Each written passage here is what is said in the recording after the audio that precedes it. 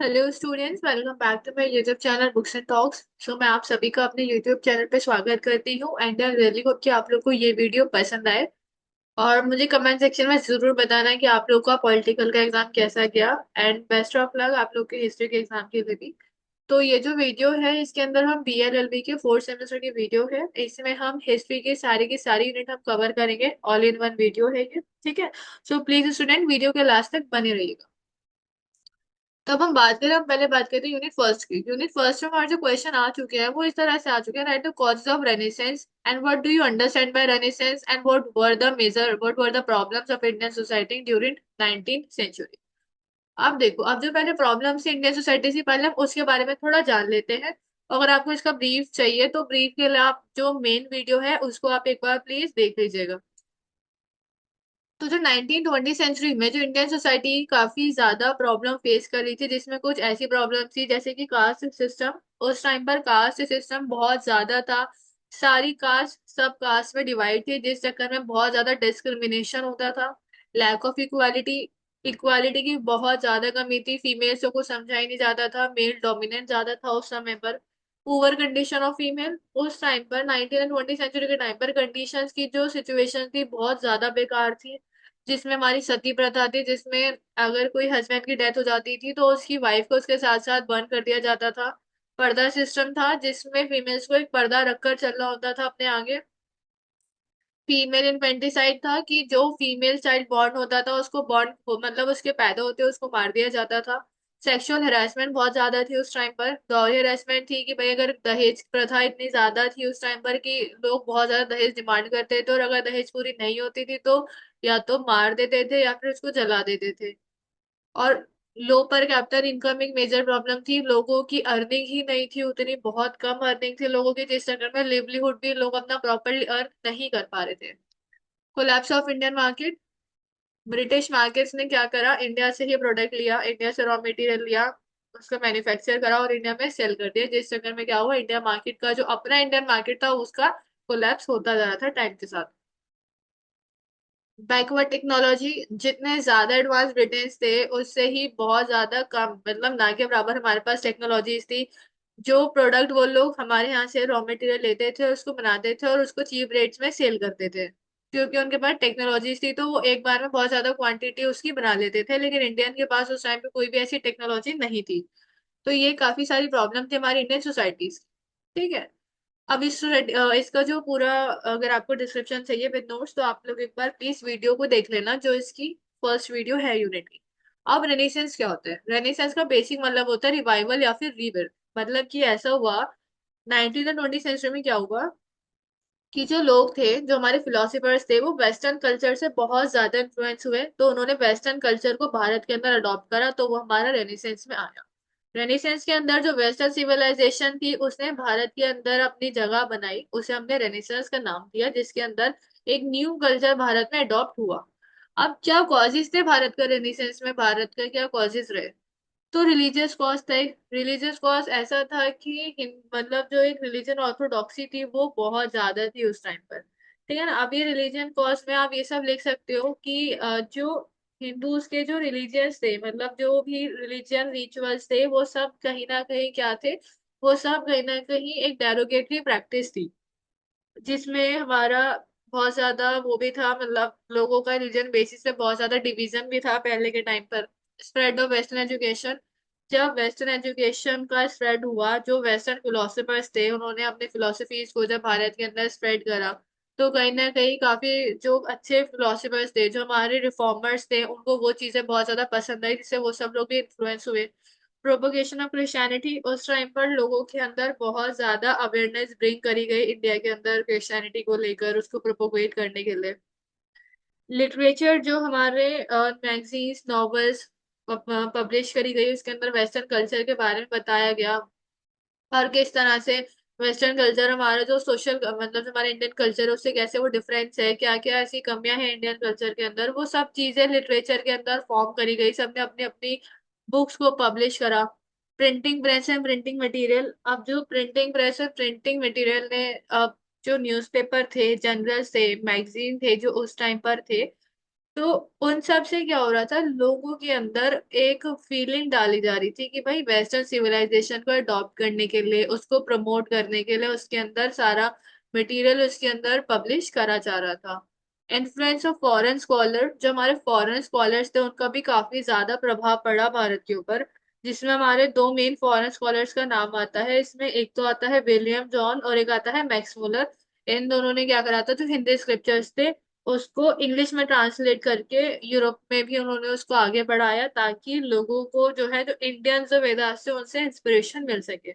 हमारे social reformer जैसे राजा राम मोहन रॉय थे, उन्होंने काफी ज्यादा सोशल रिफॉर्म करे। उन्होंने सती प्रथा को बंद कराया, चाइल्ड मैरिज को बंद कराया, उन्होंने विडो रीमैरिज को लीगल कराया। तो इस तरह से रेनेसांस भारत में आया। ठीक है। अब बात करते हैं, अगर आ जाए क्वेश्चन एग्जाम में तो रेनेसांस का आ जाए तो आप ये सारे कॉजेज लिख के इसको एक्सप्लेन कर सकते हैं, और इन जो प्रॉब्लम्स इंडियन सोसाइटीज को, इसको भी आप एक्सप्लेन कर सकते हैं। अब बात करें यूनिट सेकंड की, इसमें बात होती है uprising 1857, social religious movement, Arya Samaj, ब्रह्म समाज और थियोसॉफिकल सोसाइटी और रामकृष्ण मिशन। अब जो हमारे जो पेपर है ना, जो हमारे सारे क्वेश्चन आए हैं, जैसे कि throw light on political administrative and economic cause of revolt, क्या क्या कॉजेज रहे रिवॉल्ट के, क्या इम्पैक्ट पड़ा रिवॉल्ट के फेलियर का, और हमें डिस्कस में डिटेल करना है रिवॉल्ट के कॉजेज को और उसके फेलियर को भी डिस्कस करना है। उसके साथ साथ हमें कॉजेज डिस्कस करना है रिवॉल्ट के। तो बेसिकली इस यूनिट से जो क्वेश्चन आया वो बेसिकली या तो रिवॉल्ट के कॉजेज को लेकर आया है, या फिर जो रीजन रहे रिवॉल्ट फेलियर के, या फिर उससे क्या उसका इफेक्ट पड़ा। और रामकृष्ण मिशन के बारे में पहले आ चुका है और आर्य समाज के बारे में आ चुका है। सोशियो रिलीजियस मूवमेंट के बारे में अभी तक मैंने कोई क्वेश्चन नहीं देखा है इसके अंदर। अब इसमें क्वेश्चन है कि 10th मई का जो संडे था 1857 का, उसमें क्या बिगनिंग हुई थी। थोड़ा light on the Sunday off the 10th मई 1857। तो 10th मई 1857 में इसकी बिगनिंग हुई थी, रिबेलियन रिवॉल्ट की 1857 में। इसके अंदर ये हमारा मेरठ में स्टार्ट हुआ था। इसके अंदर एक सिपाही थे हमारे मंगल पांडे। उन्होंने सबसे पहले ब्रिटिश ईस्ट इंडिया कंपनी के जो एक मेजर थे, उन्होंने उसके ऊपर फायरिंग की थी, जिसके रिवर्ट में उनको फांसी की सजा मिली थी। ठीक है ना। तो ये रिवॉल्ट वहां से स्टार्ट हुआ था सबसे पहले, वो भी मेरठ से। अब क्या कॉजेज थे रिवॉल्ट स्टार्ट होने के, तो ये जो रिवॉल्ट स्टार्ट हुआ था इसमें सबसे पहले आता है एक सोशल कॉज। इसमें कुछ सोशल कॉज थे जो ये रिवॉल्ट यहाँ पर स्टार्ट हुआ। और सोशल कॉज में ये था कि जो वेस्टर्न सिविलाइजेशन बहुत ज्यादा बढ़ रही थी उसका अगेंस्ट था भारत। मतलब कि इंडिया में जो लोग थे उनको वो चीजें नहीं पसंद आ रही थी, क्योंकि वेस्टर्न सिविलाइजेशन कह रही थी कि यार सती प्रथा बंद करो, चाइल्ड मैरिज बंद, मतलब चाइल्ड मैरिज बंद करो, विडो मैरिज को अलाउ करो। तो ये सब चीजें वेस्टर्नाइजेशन कल्चर हमारे लिए कह रहा था। लेकिन उस टाइम पे हिंदू ऑर्थोडॉक्सी बहुत ज्यादा थी। तो ये सब चीजें बंद करवाना एक लोगों के लिए ऐसा था ना कि यार ये हमारे रिलीजियस को कॉन्फ्लिक्ट कर रहा है, हमारे धर्म के विरुद्ध है सारी चीजें। तो ये एक सोशल कॉज बना कि वेस्टर्न जो जितना ज्यादा अडॉप्ट हो रहा था वो उस टाइम पे लोगों को पसंद नहीं आ रहा था।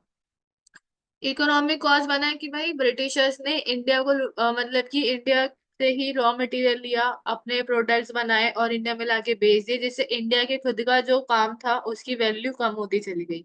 ठीक है, वो हमारा इकोनॉमिक कॉज बना। जो इंडस्ट्रियल रेवोल्यूशन हुआ वो एक हमारा इकोनॉमिक कॉज बना। इमीडिएट कॉज ये था कि ऐसी रूमर्स फैल रही थी कि जो न्यू राइफल्स है उसके अंदर काऊ का और पिग का फैट बना हुआ है, और जब वो एक पेपर था राइफल का, जब वो उसे फाड़ देते अपने मुंह से, तो ऐसा कहा गया है कि काऊ का फैट खाना या काऊ का मांस भी अगर इंसान के, हिंदू के किसी मुंह में लग रहा है तो उसको बहुत ज्यादा गलत माना गया, उसको एकदम अशुभ माना गया। उसी सेम प्लेस पे ऐसी जो पिग था, पिग का कोई भी ऐसा फैट किसी भी मुस्लिम के मुंह पे लगना उसको भी बहुत ज्यादा अशुभ माना जाता है। तो ये एक इमीडिएट कॉज था। ये बात सुन के लोगों का दिमाग बिल्कुल खराब हो गया, और इस बात से ये इमीडिएट कॉज था जिससे रिवॉल्ट तुरंत स्टार्ट हुआ था। उसके बाद रिवॉल्ट अच्छा स्टार्ट हुआ। पहली बार ऐसा हुआ कि सब लोगों ने मिल के कोई रिवॉल्ट करा। ठीक है। अब ये वाला क्वेश्चन में आता है कि रिवॉल्ट को इंडिपेंडेंस रिवॉल्ट कहा जा सकता है क्या, ये फर्स्ट स्टेप था इंडिपेंडेंस के लिए। तो उस टाइम पर ऐसा सीन था, इसको कहा जाता है इंडिपेंडेंस का रिवॉल्ट। लेकिन उस टाइम पे लोगों को इंडिपेंडेंस के बारे में इतना नहीं पता था। तो अब ये रिवॉल्ट हुआ, अब ये फेल क्यों हुआ रिवॉल्ट, जब सब लोगों ने पहली बार मिलके इनिशिएट करा था, तो ये फेल कैसे हुआ। ये फेल इसलिए हुआ कि उस टाइम पे यूनिटी की बहुत ज्यादा कमी थी। यूनिटी कमी थी कि सब लोगों ने साथ में नहीं स्टार्ट करा। मेरठ में आज स्टार्ट हो गया, कल अलग जगह पे स्टार्ट हो रहा है, परसों अलग जगह पे स्टार्ट करा है, तो सही से लिमिटेड एरिया, मतलब कि यूनिटी नहीं बन पाई सबकी। और स्पेशली जो लोग ब्रिटिश एडमिनिस्ट्रेशन को सर्व कर रहे थे उन लोगों ने इसमें बिल्कुल भी सपोर्ट नहीं करा। लैक ऑफ लीडरशिप, लीडरशिप की बहुत ज्यादा कमी थी, कोई भी ऐसे लीडर सही नहीं आ पा रहे थे जिससे कि कोई एक हो ना कि एक लीडरशिप हो अच्छी। तो उस टाइम पे लीडरशिप की काफी ज्यादा कमी रही थी इस रिवॉल्ट के अंदर, क्योंकि कोई प्रिपरेशन नहीं थी, किसी को कोई बैक ही नहीं प्रिपेयर था। लैक ऑफ वेपन, हमारे पास वेपन बहुत ज्यादा कम थे उस टाइम, क्योंकि ब्रिटिशर्स के पास क्या थे, ब्रिटिशर्स के पास एकदम टेक्नोलॉजी के मॉडर्न वेपन्स थे, और जहां हम एक को मार पा रहे थे वहां ब्रिटिशर चार लोगों को मार पा रहे थे आसानी से। तो हमारे पास वेपन की बहुत ज्यादा कमी थी, जो इसका एक कॉज बना इसके फेलियर का। लैक ऑफ पर्टिकुलर एम, ऐसा कहा जाता है कि इंडिपेंडेंस के लिए रिवॉल्ट है, माना ऐसा, लेकिन उस टाइम पे सभी के लिए वो इंडिपेंडेंस के लिए नहीं था। कुछ लोग कहना चाह रहे थे कि भाई इमीडिएट कॉज जो है, मतलब जो रूमर्स है कि काउ एंड पिग का फैट यूज कर रहे हैं उसको बंद कराया जाए। कोई कहना चाह रहा है कि भाई इकोनॉमिक कॉज के लिए कोई ज्यादा कंसर्न है। तो हर जो लीडर था, जो हर जो स्टेट थी, वो अलग अलग चीजों को लेके कंसर्न थी, कोई पर्टिकुलर एम सबका नहीं था उस टाइम पे। लिमिटेड अपराइजिंग, वही बात की, यहाँ से दिल्ली से मैंने स्टार्ट कर दिया, मेरठ उधर से स्टार्ट हो गया, लेकिन लिमिटेड अपराइजिंग हुई, पूरे देश में ये स्टार्ट नहीं हुआ था, कुछ कुछ एरिया में स्टार्ट हुआ, वो भी अलग अलग टाइम पे अलग अलग दिन पे। लैक ऑफ रिसोर्सेज, हमारे पास रिसोर्सेज की बहुत ज्यादा कमी थी, और उसके बाद लैक ऑफ पार्टिसिपेशन, वही बात कि जो हमारे ब्रिटिशर्स के सपोर्टर्स थे, चलो ब्रिटिशर्स को सपोर्ट करते तो उन्होंने इसके अंदर बिल्कुल भी पार्टिसिपेशन नहीं करा। जो एजुकेटेड लोग थे, हेल्दी लोग थे और वेल्दी लोग थे, उन्होंने इसमें पार्टिसिपेशन नहीं करा। तो ये कुछ रीजन है हमारे रिवॉल्ट फेल होने के। अब इसका रिजल्ट क्या आया, एंड ऑफ कंपनी रूल, मतलब जो कंपनी रूल था उसका एंड हो गया, ईस्ट इंडिया कंपनी रूल कर रही थी उसका एंड हो गया। ठीक है। और डायरेक्ट रूल आ गया हमारा, ब्रिटिश क्राउन का डायरेक्ट रूल आया। ब्रिटिश क्राउन का जो रूल था ये हमारा अनाउंस हुआ था, लॉर्ड कैनिंग ने इसको अनाउंस करा था, इलाहाबाद के दरबार में इसको अनाउंस करा गया था, इसमें एक प्रोक्लेमेशन इशू करी गई थी 1858 में। ठीक है। एडमिनिस्ट्रेटिव चेंज ऐसा आया कि उस टाइम पर क्या हुआ, कि जो गवर्नर जनरल थे उसको वाइसरॉय से रिप्लेस कर दिया गया, ब्रिटिश पार्लियामेंट का एस्टेब्लिशमेंट हुआ, सारी अथॉरिटी ब्रिटिशर्स के पास आ गई और इंडियंस को वहां से हटा दिया गया, इंडियंस की पोस्ट को सारा छीन दिया गया। तो ये इसके रिजल्ट रहे। अब बात करते हैं रामकृष्ण मिशन की। तो जो हमारा रामकृष्ण मिशन था, इसका एक ही मेन गोल था कि भाई देखो, एक स्पिरिचुअल को लाया जाए और एक ह्यूमैनिटेरियन ग्राउंड को स्टैब्लिश करा जाए लोगों के बीच में। और ये जो हमारा था रामकृष्ण मिशन, ये हमारा स्वामी विवेकानंद जी ने स्टैब्लिश करा। फर्स्ट में 1897 में इसको स्टैब्लिश करा गया स्वामी विवेकानंद जी के द्वारा। ठीक है। उसके बाद ये कोलकाता में स्टैब्लिश हुआ था। इसका जो डेडिकेटर था, ये चाहते थे कि ह्यूमैनिटी को सर्व करा जाए, और ये काफी ज्यादा इंस्पायर्ड थे श्री रामाकृष्णा विवेकानंद के, श्री रामाकृष्णा से बहुत ज्यादा इंस्पायर्ड थे। और ये जो मिशन था, इसका एक मोटो था, आत्मानो मोक्षात्रम जगत हित्याचा, मतलब कि for one's own salvation and for the welfare of the world. ये चाहते थे कि आप अपनी सेल्वेशन के साथ साथ दुनिया के लिए भी काम करें, दुनिया के वेलफेयर के लिए भी काम करें, ऐसा इनका मानना था। तो रामकृष्णा जो मिशन था बेसिकली एकदम ह्यूमैनिटेरियन ग्राउंड पे था, कि भाई लोग एक दूसरे के साथ अच्छा करें, सोसाइटी के लिए भी अच्छा करें, अपने लिए भी अच्छा करें, बिना किसी लालच के। ऐसे कुछ प्रिंसिपल्स थे, जैसे प्रिंसिपल ऑफ फ्रीडम और लिबरेशन। ये बात करते थे योगा की, जैसे जन योगा, भक्ति योगा, कर्मा योगा, राज योगा की ये लोग बात करते थे। ये चाहते थे कि रिलीजन के बीच में हारमोनी रहे। उसके साथ साथ ये चाहते थे कि जो हमारा सेक्युलर है, हमारा जो इंडिया में सेक्युलर है, सारे अलग अलग धर्म है, तो सब कुछ एकदम हारमोनी के साथ मिलजुल के रहे, ऐसे ये चाहते थे। मतलब इनका मोटिव था पीस के अंदर। फिर आया आर्य समाज। आर्य समाज जो था, आर्य समाज भी हमारा एक रिफॉर्म मूवमेंट था, हमारा मॉडर्न हिंदुइज्म का। ये हमारा 1875 में आया था, बॉम्बे में आया था, इसको दयानंद सरस्वती जी ने फाउंड करा था। ठीक है। ये मोटो ऑफ क्रेन बांतु विश्वाम आर्यम के मोटो से ये स्टेब्लिश करा गया, जिसमें इन्होंने जो है, इनका मानना था कि भाई जो वेदास है उसको लोगों को पढ़ाया जाए, वेदा के बारे में लोगों को बताया जाए। इन्होंने 60 बुक स्टेब्लिश करी अपनी, जिसमें से सबसे इंपॉर्टेंट थी सत्यरथ प्रकाश, एक बुक थी जिसको बहुत इंपॉर्टेंट माना गया। अब क्या प्रिंसिपल्स था आर्य समाज के। आर्य समाज जो है वो फोकस करता था कि जो गॉड है वो एफिशिएंट है, मतलब गॉड को सब पता है, गॉड एक ही है, गॉड की कोई शेप नहीं है, गॉड हर जगह प्रेजेंट है, वो काफी ज्यादा मिर्सफुल है, वो कभी पैदा नहीं हुआ और वो चेंज नहीं हो सकता। तो ऐसा आर्य समाज वाले मानते थे। उसके साथ साथ जो वेद एंड जो स्क्रिप्चर्स थे, ये चाहते थे कि उन्हीं वेद और स्क्रिप्चर से हम ट्रू लर्निंग ले सकते हैं, उन्हीं से हमको नॉलेज मिल सकती है। ये चाहते थे कोई भी व्यक्ति जो काम परफॉर्म करे वो अपने धर्म के अकॉर्डिंग उस काम को परफॉर्म करे। तो इनका जो मोटिव था, इनका भी ये था कि चाहते थे वर्ल्ड के साथ अच्छा करो, अपना स्पिरिचुअल, फिजिकल, सोशल गुड को आप लोगों तक प्रमोट करो। और ये चाहते थे कि जो हमारा कंडक्ट होना चाहिए दूसरों के प्रति, वो हमारा एकदम राइट होना चाहिए, एकदम प्यार प्यार से कंडक्ट होना चाहिए और एकदम जस्ट होना चाहिए। उसके साथ साथ इनका मानना था कि हर इंसान को जो है अपना मतलब सोसाइटी के अंदर जो है सोसाइटी के लिए प्रे करनी चाहिए, या सोसाइटी का गुड मतलब सोसाइटी के लिए अच्छा करना चाहिए, ताकि सोसाइटी की जो वेल बीइंग है उसको हम प्रमोट कर सकें। तो आर्य समाज बेसिकली हमारे किस पे ध्यान देता है, हमारा वेदास पे ध्यान देता था कि वेदास की टीचिंग की जाए। गॉड का इनका रिस्पेक्ट कुछ और था, गॉड को मानने का। ठीक है। और ये भी चाहते थे कि भाई अच्छा करो समाज के साथ, ताकि अच्छा करोगे अच्छा होगा। तो ऐसा इन लोगों का एक थॉट प्रोसेस था। आर्य समाज का ये एक रिफॉर्म था जो भारत के अंदर लाया गया हमारा 1875 में। अब आया ब्रह्म समाज क्या था। तो हमारा जो ब्रह्म समाज था वो राजा राम मोहन रॉय इसके फाउंडर थे 1828 में। ये ऐसी पहली ऑर्गेनाइजेशन थी जिसमें जो आइडल वर्शिप है और जो discarded meaningless rights and ritual है उसको बंद करा गया। मतलब मैंने कहा ये सती प्रथा को बंद करा गया। ये लोग कहते थे कि जो अनयूजुअल जो फास्टिंग है ये उन सबको भी प्रमोट नहीं करते थे। ये चाहते थे कि आप भगवान को सोचो, अपने सोच में आप उन्हें रखो, वो चीज सुफिशियंट है। मीनिंगलेस रिचुअल्स या ऐसी कोई राइट्स परफॉर्म करने की जरूरत नहीं है, ये इसके खिलाफ रहते थे जो मीनिंगलेस रिचुअल्स थे हमारे। अब देवेंद्रनाथ टैगोर एंड केशव चंद्र सेन ने काफी बड़ा मैसेज, काफी ज्यादा ब्रह्म समाज का मैसेज पहुंचाया, ट्रैवल करा उन्होंने, और ट्रैवल कर करके उन्होंने दुनिया भर में ब्रह्म समाज के बारे में बताया। लेकिन 1866 में क्या हुआ, ब्रह्म समाज जो था वो टू पार्ट्स में डिवाइड हो गया। एक हो गया ओरिजिनल ब्रह्म समाज और एक हो गया आर्टिफिशियल ब्रह्म समाज।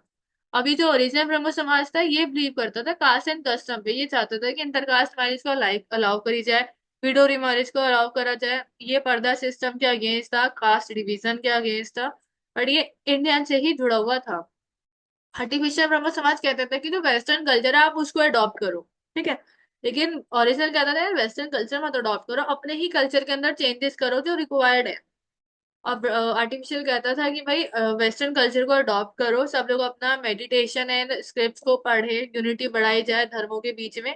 ये बात करता था हमारा आर्टिफिशियल ब्रह्मो समाज। अब बात करते हैं थियोसॉफिकल सोसाइटी। तो ये जो हमारी थियोसॉफिकल सोसाइटी थी हमारी बैंड में बलवास्के एंड कॉलकोट ने इसको फाउंड करा था 1875 में न्यूयॉर्क में। अब ये जो हमारी थियोसॉफिकल सोसाइटी थी इसका काम था ये डिग्निटी ह्यूमनिटी को प्रमोट करे पूरे देश में। इसका जो हमारा हेडक्वार्टर था वो हमारा आदियार में था और ये हमारा मद्रास प्रेसिडेंसी से स्टार्ट हुआ था। ये जो मूवमेंट था ये एनी बेसेंट ने इंडिया में इसको पॉपुलर करा। इसके थ्री प्रिंसिपल्स है जिसमें से मेन था इनका कि भैया यूनिवर्सल ब्रदरहुड होनी चाहिए, सभी के अंदर एक भाईचारा होना चाहिए। ये बात करते थे कि कंपैरेटिव रिलीजन को स्टडी करा जाए, फिलोसफी को स्टडी करा जाए, ताकि इन्वेस्टिगेशन करा जा सके उन नेचुरल लॉज का, उन लॉज को अंडरस्टैंड करा जा सके जो आज तक अनएक्सप्लेन्ड मिस्ट्री है, उन सबको अंडरस्टैंड करा जा सके। इसलिए हमें उन सारे लॉज की एक कंपैरेटिव स्टडी करनी चाहिए, मतलब उन सारे रिलीजन की एक कंपैरेटिव स्टडी करनी चाहिए। अब एनिमेशन की क्या कंट्रीब्यूशन रही इसके ऊपर क्वेश्चन आ चुका है, इसे मैंने इसे लिखा है इधर। एनी बेसेंट ने थियोसॉफिकल सोसाइटी को ज्वाइन करा 1889 में। ठीक है। ये एक फर्म बिलीवर थी वेदास की टीचिंग और उपनिषद की टीचिंग में। उसके बाद ये इंडियन सॉइल को अपना सॉइल मानती थी। ये हमारे नेशन को अपने नेशन की तरह ही मानती थी। ये एक प्रोटेस्टर थी। जो हमारे उस टाइम पे एविल्स चल रहे थे इंडियन सोसाइटी में, जैसे कि सती प्रथा हो गई, चाइल्ड मैरिज हो गई, विडो के लिए कुछ था ही नहीं। तो ये उन सब के अगेंस्ट प्रोटेस्टर थी। ये चाहती थी कि जो एविल्स है उन सबको खत्म करा जा सके इंडिया के अंदर। ये चाहते थे कि यार डोर स्टेप तक सबको एजुकेशन मिले, एजुकेशन जो है डोर स्टेप तक जाए। तो इसलिए इन्होंने एक बनारस सेंट्रल स्कूल को एस्टेब्लिश करा, जो कि at present Banaras Hindu university के नाम से जाना जाता है। इन्होंने होम रूल लीग स्टार्ट करी 1916 में। इसमें इन्होंने अपने जर्नल्स को पब्लिश करे, the New India and Commonweal के नाम से इन्होंने अपने पब्लिश इन्होंने स्टार्ट करे। ठीक है। तो इनके ही थ्रू जो था हमारा जो थियोसॉफिकल सोसाइटी, वो इनके ही थ्रू लोगों तक पहुंची, लोगों को इसके बारे में पता चला। क्योंकि जब इन्होंने अपने न्यूज़पेपर भी पब्लिश करे तो उसमें भी इन्होंने अपने थियोसॉफिकल सोसाइटी के बारे में बताया, उसके एम्स ऑब्जेक्टिव वो सब चीजें उन्होंने लोगों तक पहुंचाई। बात करते हैं राजा राम मोहन रॉय की। तो मैं जो राजा राम मोहन रॉय थे वो हमारे फाउंडर थे, किसके, ब्रह्म समाज के फाउंडर थे। और ये ऐसे फर्स्ट इंडियन थे जिन्होंने सोशल रिलीजियस रिफॉर्म पर काम करा। उसके साथ साथ ये ग्रेट स्कॉलर थे और काफी ज्यादा इंडिपेंडेंट थे ये। ठीक है। इनका जो रिलीजियस एंड जो सोशल रिफॉर्म थे, इस चक्कर में इनको father of modern modern India इनको कहा जाता है। उसके साथ साथ फादर ऑफ बंगाल रेनेसेंस भी इनको कहा जाता है। अब ये जो थे, ये जो हमारे राजा राम मोहन रॉय थे, ये हमारे राजनगर में बॉर्न हुए थे। ठीक है, बंगाल प्रेसिडेंसी में बॉर्न हुए थे, और एक ऑर्थोडॉक्स बंगाली फैमिली से बिलोंग करते थे। इन्होंने अपनी पटना से हायर स्टडीज करी थी, जहाँ पे इन्होंने पर्शियन एंड अरेबिक स्टडी करा। उसके साथ साथ इन्होंने कुरान को भी पढ़ा। और इन्होंने ये वाराणसी गए, वहां जाके इन्होंने वेदास एंड उपनिषद के बारे में पढ़ा, हिंदू फिलोसफी को इन्होंने वहां जाके जाना डीपली। उसके साथ साथ इन्होंने इन्होंने क्रिश्चियनिटी के बारे में भी पढ़ा और इस्लाम के बारे में भी पढ़ा।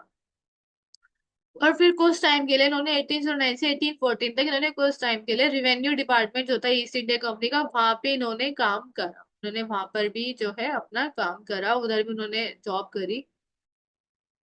और उसके बाद इनको राजा का टाइटल मिला था, इनको राजा का टाइटल मिला था जो मुगल एम्परर ने दिया था।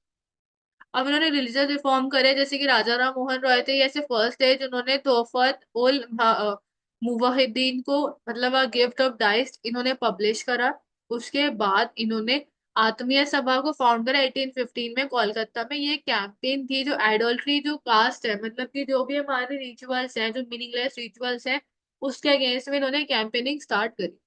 सोशल रिफॉर्म इन्होंने करे कि इन्होंने सती प्रथा को बंद कराया, ये वेस्टर्न कल्चर को सपोर्ट करते थे। उसके साथ साथ इन्होंने चाइल्ड मैरिज को भी बंद कराया, और जो हमारी विडोरी मैरिज थी इसको लीगलाइज कराया।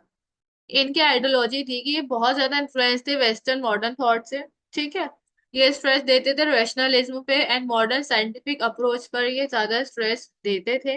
ये बिलीव करते थे कि भाई सोशल इक्वालिटी होनी चाहिए, और ये स्ट्रॉन्ग और सोशल इक्वालिटी को अचीव करने के लिए ये कास्ट सिस्टम के बहुत ज्यादा विरुद्ध थे। ठीक है, और इनकी डेथ हुई हमारी 1833 में। इनको कोई डिसीज हो गई थी जिस चक्कर में इनकी डेथ हुई इंग्लैंड में। अब बात है दयानंद सरस्वती जी की। तो ये जो था ऐसा मूल शंकरराव तिवारी बॉर्न हुए 12/5/1824 में। इनका नाम मूल रखा गया क्योंकि ये मूल नक्षत्र के टाइम पर बॉर्न हुए थे। इनके फादर जी थे करसान जी लाला जी, इनके फादर जी थे, और इनकी मदर थी यशोदा बाई, इनकी माता जी थी। दयानंद सरस्वती जो थे एक इंडियन फिलोसफर थे, उसके साथ साथ ही सोशल लीडर थे। और ये भी रिफॉर्म करना चाहते थे हमारे वैदिक धर्म के अंदर। इन्होंने फर्स्ट टाइम कॉल दी थी भाई स्वराज की, इन्होंने कहा इंडिया फॉर इंडियंस 1876 में इन्होंने कहा। लेटर इनको लोकमान्य तिलक जी ने बुलाया, उन्होंने उनके साथ काम करा, उन्होंने वैदिक आइडियोलॉजीज पर काम करा। 1875 में इन्होंने आर्य समाज का एस्टेब्लिशमेंट करा बॉम्बे में, जिसमें Dayanand also strongly back to the granting equal rights. और ये चाहते थे कि लोगों को इक्वल राइट्स दिया जाए, और इन्होंने जो सोशल अपलिफ्टमेंट होती है वुमेन की, उसके लिए भी इन्होंने वहां पर काम करा। और इस चक्कर में इनको महर्षि का टाइटल दिया गया। इन्होंने वेदा की टीचिंग को लोगों तक, वेदा के बारे में पहुंचाया। और इन्होंने ऑलमोस्ट 60 बुक्स इन्होंने लिखी, और 1883 में इनकी डेथ हो गई। अब बात करते हैं स्वामी विवेकानंद जी की। अब स्वामी विवेकानंद जी की ना बच्चों टीचिंग आ जाती है एग्जाम में कि उनकी क्या टीचिंग्स थी, जो कि पीछे आप क्वेश्चन पढ़ोगे ना तो वहां पे ये मेंशन है कि टीचिंग के बारे में क्वेश्चन पहले आ चुका है। तो जो स्वामी विवेकानंद जी थे ये 1863 में बॉर्न हुए। ठीक है, ये इनको एक बहुत अच्छा सोशल रिफॉर्मर माना गया है। इन्होंने काफी ज्यादा सोशल इविल्स के अगेंस्ट में फाइट करी, इन्होंने इंडियन सोसाइटी में काफी ज्यादा चेंजेस लाए। ये चाहते थे कि जो हिंदुइज्म है वो लोगों में स्प्रेड हो। ठीक है, और ये चाहते थे कि जो हिंदुइज्म है, जो असली वेदा का ज्ञान है, वो लोगों तक पहुंचे। और इन्होंने रामाकृष्ण मिशन को बनाया, मतलब फॉर्म करा इन्होंने रामाकृष्ण मिशन को। उसके साथ साथ इन्होंने प्रोपोगेट करा philosophy of Vedanta and yogic ideals पे इन्होंने काम करा। अब देखो यार, लॉ है तो लॉ के अंदर अब यार जितने भी पढ़ोगे, जो पर्सनैलिटीज हमारी लास्ट फोर्थ यूनिट में भी दी हुई है, उसमें भी जितनी पर्सनैलिटीज है सारे सोशल रिफॉर्मर तो है ही, और सबने इंडिया के लिए काम करा ही करा है। ठीक है ना। अब जो स्वामी विवेकानंद जी थे ये काफी ज्यादा डेडिकेटेड थे। ठीक है, तो इन्होंने क्या करा, दुनिया को काफी अच्छे से इन्होंने समझा अपनी लाइफ में। और इन्होंने काफी ज्यादा अच्छी नॉलेज लोगों तक पहुंचाई, और इनका ग्रेट जो मोटिव था वो ये था कि भाई ह्यूमैनिटी को प्रमोट करो, सबसे पहले अच्छाई को बढ़ावा दो। अब इनकी 10 टीचिंग्स है स्वामी विवेकानंद जी की, जिसमें से हमारी फर्स्ट है be courageous in the face of troubles. मतलब कि यार आप मुसीबत आपके पास आ रही है तो उससे भागो नहीं, उसको फेस करो। ऐसा नहीं यहाँ से मुसीबत आ रही है पीछे से भाग जाओ, नहीं। जो भी कोई मुसीबत है, किसी भी आप प्रॉब्लम में, आप उसको फेस करिए, ठीक है। इंपॉर्टेंस ऑफ बीइंग पेसिस्टेंट, इन्होंने कहा अगर आप कोई भी काम कर रहे हैं, अगर आपको कोई भी गोल अचीव करना है तो प्लीज उस पर कंटिन्यूअसली रहिए। ऐसा नहीं आज करा कल नहीं करा, तो उस पर कंसिस्टेंसी रखिए। बिलीव इन योर सेल्फ, अपने आप में भरोसा रखिए कि हाँ जी आप ये काम कर सकते हैं। You need to struggle to grow, अगर आपको ग्रो करना है तो आपको स्ट्रगल करना पड़ेगा। वो है ना, नो पेन नो गेन, वही सिचुएशन है। जब तक आप स्ट्रगल नहीं करोगे आप ग्रो नहीं कर पाओगे। Real happiness come from being selfless, इन्होंने कहा असली खुशी तब मिलती है जब आप एकदम सेल्फलेस हो जाते हो, मतलब कि जब आपको लालच नहीं है किसी भी चीज का, लाइक आप कुछ कर रहे हो और आप अपनी कोई एक्सपेक्टेशन नहीं रखे कि रिटर्न में भी कोई इंसान कुछ करे। तो रियल हैप्पीनेस तब आती है जब आप सेल्फलेस हो जाते हो, अपनी अच्छाई से सबकी मदद करो। Be the best version of your self, अपने आप का एक बेस्ट वर्जन बनो। The importance of self introspection, इन्होंने बताया कि सेल्फ इंट्रोस्पेक्शन की क्या इंपॉर्टेंस है एक इंसान के अंदर। अपने लिए इंपॉर्टेंस होनी चाहिए इंसान की। Honesty is the best policy. All creation of God are born equal, इन्होंने इसमें बात करी है कि जितनी भी क्रिएशन है गॉड की वो इक्वल ही बॉर्न होती है, मतलब कि इसमें कहा गया है जो सोल होती है ना, सोल का कोई जेंडर नहीं होता। सोल ना तो मेल होती है ना तो वो फीमेल होती है, वो बस एक इंसान की बॉडी होती है जो कि या तो वो मेल की हो सकती है या फिर वो फीमेल की हो सकती है, लेकिन सोल का कोई जेंडर नहीं होता। भगवान ने सबको इक्वली दिया है, it's all up to body, सबकी अलग अलग है बस। Importance of empathy towards fellow beings, इन्होंने कहा कि आप कुदरत के लिए जितना करोगे कुदरत उतना ही आपके लिए करेगी, इस बारे में इन्होंने कहा। तो ये इनकी कुछ 10 टीचिंग्स हैं जो बहुत ज्यादा मतलब पहले एग्जाम्स में आ चुकी है। अब बात करते हैं unit third, emergency of nationalism and Congress. उसके बाद मॉडरेट्स एक्सट्रीमिस्ट के बारे में जानेंगे, रेवोल्यूशंस के बारे में जानेंगे जो भारत में हुए। When and why the Indian Congress found, मतलब क्यों फाउंड हुई इंडियन कांग्रेस। एग्जामिन करना है बैकग्राउंड को कि कैसे नेशनल मूवमेंट का राइज हुआ। Compare aim and working of liberal and extremist को हमने कंपेयर करना है। हमने क्विट इंडिया मूवमेंट का बैकग्राउंड नरेट करना है इसके अंदर।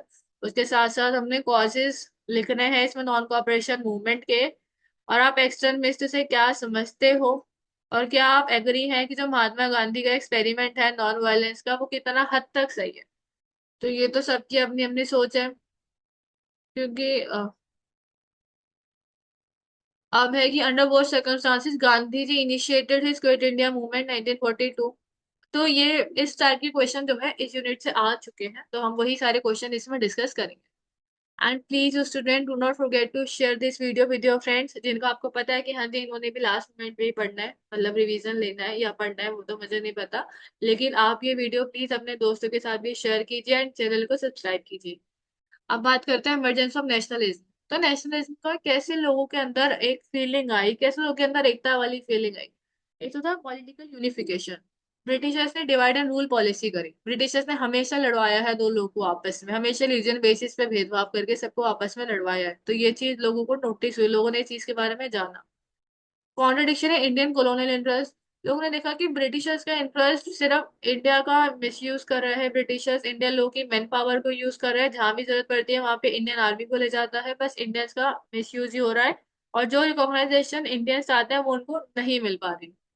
Development in the means of communication transport, means and मतलब जो हमारा ट्रांसपोर्ट एंड कम्युनिकेशन का ना डेवलपमेंट हुआ वो कहीं ना कहीं एक कॉज बना हमारा नेशनलिज्म फीलिंग का।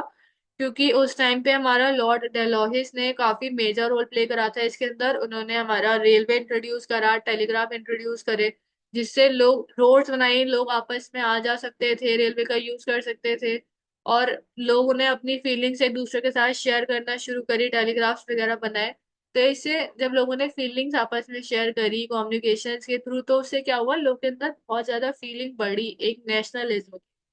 इकोनॉमिक एक्सप्लॉयटेशन ऑफ ब्रिटिश, जो इंडस्ट्रियल रेवोल्यूशन हुआ था उससे काफी ज्यादा एक्सप्लॉयट हुए थे इंडियंस, जिसके बारे में भारतीयों को पता चला कि भाई ये तो हमारा सिर्फ यूज ही कर रहे हैं, हमारी ही मार्केट से सामान लेके हमें ही बेच रहे हैं बना के।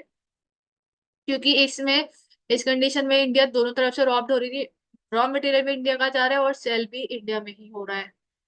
अब द बर्थ ऑफ आईएनसी, किस तरह से इंडियन नेशनल कांग्रेस के बर्थ हुआ। तो देखिए जो इंडियन नेशनल कांग्रेस आई थी वो 1885 में आई थी। अब ये ग्रो हुई क्योंकि लोगों के बीच में नेशनल कॉन्शियसनेस बहुत ज्यादा बढ़ गई थी इंडियंस के बीच में, तो हमारा इंडियन नेशनल कांग्रेस आया। और जो इंडियन नेशनल कांग्रेस है उसने नूक एंड कॉर्नर तक अपनी जगह बना ली थी भारत के अंदर। इंडियन नेशनल कांग्रेस हमारी जो भी ब्रिटिश अथॉरिटीज के आगे इंडिया के जो डिमांड होते थे उसको वो वहां पे रिप्रेजेंट करते थे। तो इसके थ्रू काफी ज्यादा मास मूवमेंट्स हुए, काफी ज्यादा मूवमेंट्स में आईएनसी ने हेल्प करी, काफी मूवमेंट्स उन्होंने इनिशिएट करे। अब इसके बर्थ कैसे हुआ? 28 दिसंबर 1885 में एओ ह्यूम जो थे आईएनसी के फाउंडर बने, और इसके जो फर्स्ट प्रेसिडेंट थे हमारे वोमेश चंद्र बॉरेसी इसके फर्स्ट प्रेसिडेंट बने।